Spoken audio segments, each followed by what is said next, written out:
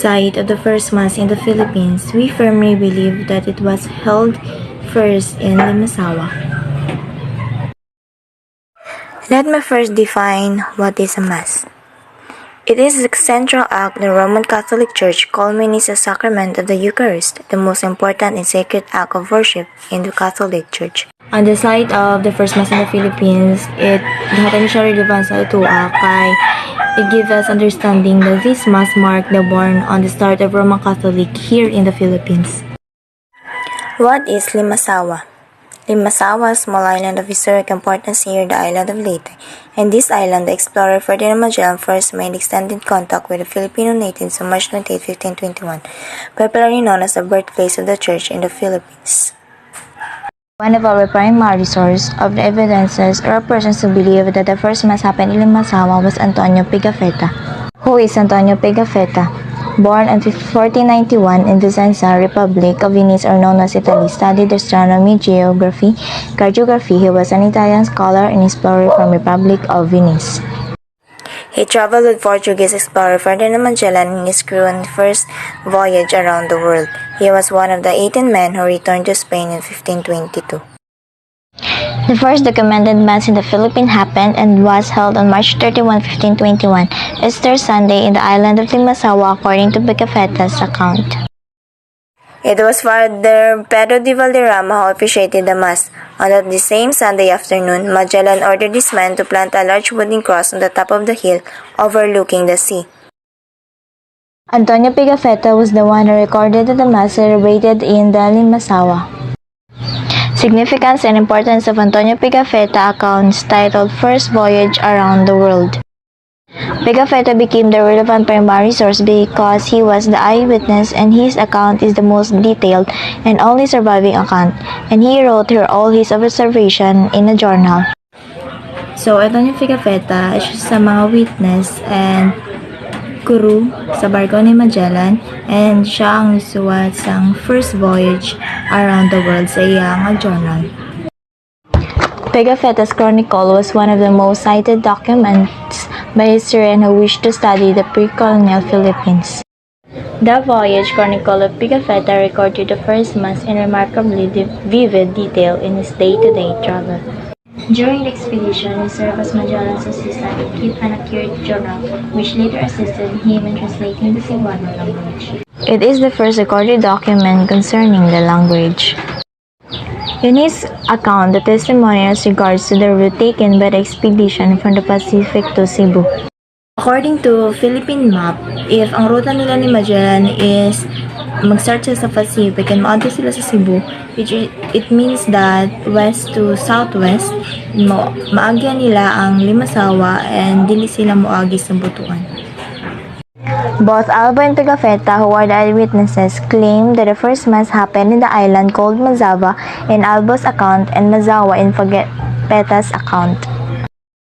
They both asserted that from the island of Humunhon they went westward towards the island of Leyte and turned to a southwest direction to reach this island.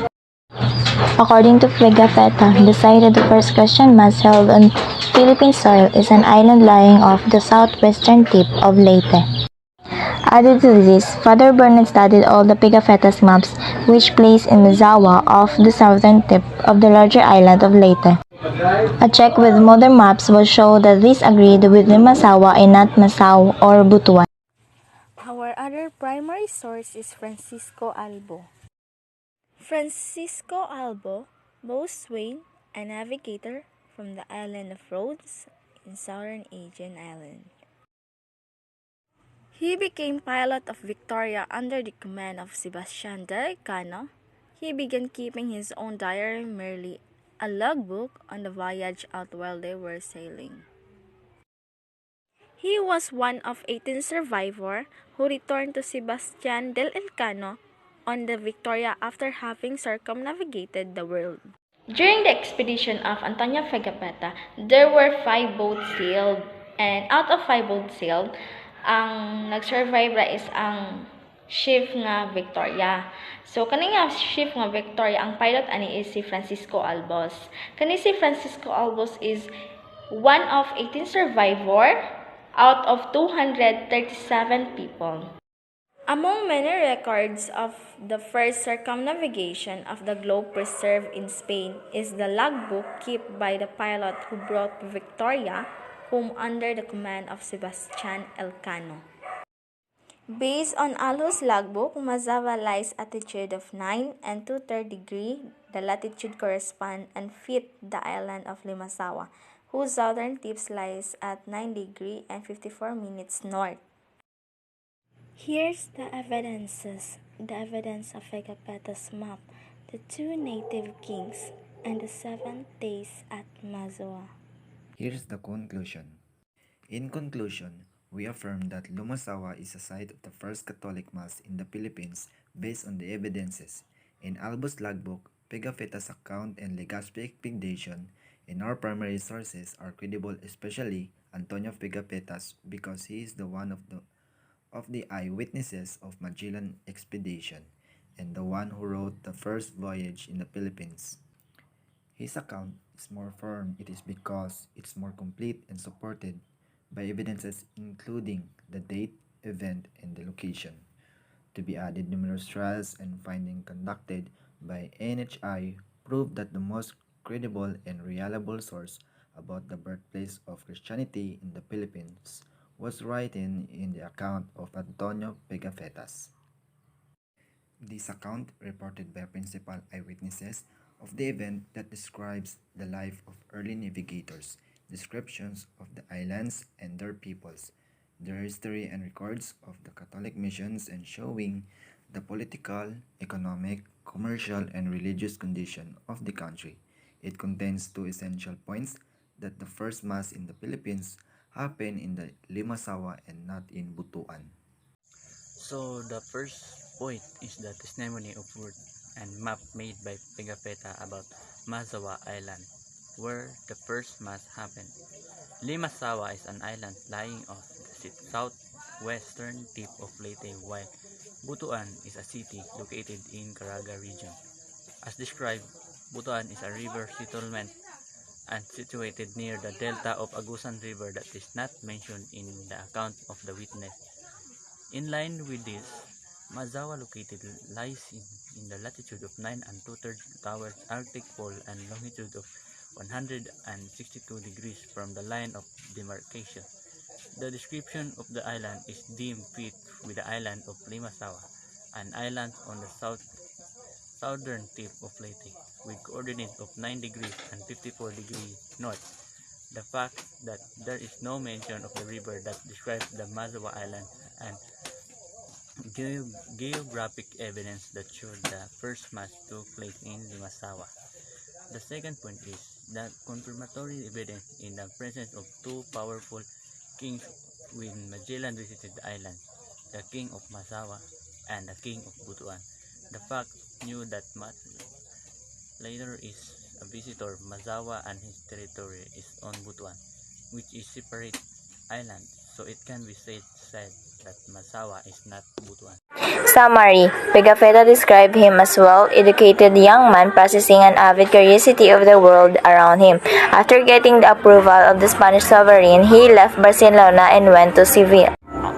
He presented his credentials to Magellan into the Casa de la Contratacion. He was admitted as one of the sobresalientes or supernumerarios, or men coming from prominent families who will join the trip for the love of adventure and for the advancement of military services. He joined the exploration of Ferdinand Magellan. He was the assistant of Magellan and kept accurate journal and named it the first voyage around the world. About his account, it was translated in English version by James Alexander Robertson. His account was the longest and most comprehensive. It recounted the individual fate of the 5 ships: Trinidad, San Antonio, Concepcion, Santiago, and Victoria. It includes their experiences or unforeseen problems and challenges such as a shortage of foods, various types of disease, the crew's lack of confidence in Magellan leadership, and the hostile attitude of the people they encountered during the journey. Francisco Albo, he was a Marine Greek. He was part of the Magellan-Elcano expedition, finishing the trip as a pilot for the Victory. He wrote a route describing the first circumnavigation of the earth. Born in Rhodes Island and of knowledge concerning Portuguese discoveries in the art of navigation, he departed from Seville as boatswain and trained the ship, and he eventually the pilot of Victoria under the command of one Sebastian Elcano. He wrote a logbook entitled Magellan's Voyage Route. His contribution: he was the contramaster of the Trinidad Cape, a logbook of voyage largely consisting of navigational observations that provide data for the actual course sailed by the vessels of the fleet. Albo's logbook and Pigafetta's account are credible sources. It is because they are one of the men in the ship of Magellan, a pilot of the ship, a traveler, and the one who wrote the first voyage. Pigafetta is a credible primary source because he is the one who wrote the journal, and because of this accuracy about the events and informations that became the basis in history. He has the authority to write because of his experience being a traveler and geographer. He has a background in writing. He has the right to do a documentation because he was the assistant of Magellan and one of the 18 men who came back to Spain. Pigafetta and Albo claimed that the first mass happened or held in the Limasawa, not in Butuan, because of their statements about the geographical directions and topographical descriptions. And their accounts are considered as a first-hand account. Pigafetta's account is the most detailed and reliable source of information regarding Magellan's voyage. Pigafetta and Albo witnessed, experienced, and encountered different situations, problems, and people during the age of exploration. People, way of living, how they dress, and the languages of the Philippines. This work of Pigafetta gives relevance to us because it gives importance to us today, not only to talk or share information about the voyage itself, but also to include the early Western description. Through this, it proves that our world is rounded, and it also a complete circumnavigation around the world that became the basis for travelogue. They also want to build or create Christianity in Cebu in order for us to aware how Christianity is important. And we need to understand how explorers conquer and face different tragedies and how we need to give importance in celebrating the born of Christianity. Our team firmly believes that the first Mass in the Philippines was held on March 31, 1529 in the island of Limasawa. Through the evidence of Albo's logbook, Antonio Pigafetta's account, Pigafetta's testimony regarding the route, and the evidence of the map,